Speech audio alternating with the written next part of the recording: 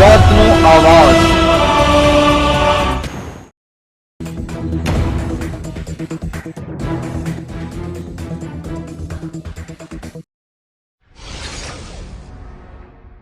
શિયાળો જામતા મહીસાગર જિલ્લાના લુણાવાડામાં કચરિયાના પિલાણમાં ધમધમતી થયેલ ઘાણીઓ બળદ સાથે ઘાણી ચલાવવાની વર્ષો જૂની પરંપરા। શિયાળામાં લોકો પોતાના સ્વાસ્થ્યની ખૂબ ચિંતા કરતા હોય છે, ત્યારે સંવહન સ્વાસ્થ્ય રક્ષક આહાર તરીકે કચરિયું પૌષ્ટિક ગણાય છે। ઠંડીનું પ્રમાણ વધતા ઘાણીઓ પર કચરિયાનું પિલાણ કરવા તેમજ ખરીદી કરવા માટે લોકોની ભીડ જામે છે, જેનો અહેસાસ લુણાવાડામાં શરૂ થઈ ગયો। બળદિયા ઘાણીના ધીમી ગતિના ધમધમાટથી દેખાઈ રહ્યા છે। જેમ જેમ શિયાળાની મોસમ જામતી જાય છે તેમ તેમ માણસ ઠંડીથી બચવા શાલ, સ્વેટર, જાકીટ, રજાઈ, દાબડા અને ગોદડીઓનો ઉપયોગ કરતો હોય છે।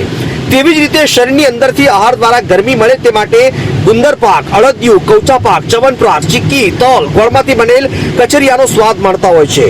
આજના ટેકનોલોજીના યુગમાં પણ બળદ વડે ચાલતી ઘાણીમાં પીલાતા કચરિયાનો સ્વાદ કંઈક અલગ જ હોય છે અને લોકો તેને હોંશે હોંશે આરોગતા હોય છે। શિયાળામાં ઠંડી વધતા લુણાવાડા શહેરમાં બળદિયા વડે ચાલતી ઘાણીઓ ધમધમી ઉઠે છે। વહેલી સવારથી ઘાણીઓ ધમધમી ઉઠે છે। પિલાણ અને ખરીદી માટે ભીડ જોવા મળે છે અને એક ઘાણીમાં રોજના 30 થી 40 કિલો જેટલું તલનું પિલાણ થાય છે। લોકો સ્વાદિષ્ટ ગુણવત્તાયુક્ત કચરિયા ખાવા ધૈર્ય રાખે છે, કારણ કે મશીનના કચરિયા કરતા બળદિયાનું ઘાણીનું કચરિયું સ્વાદિષ્ટ હોય છે।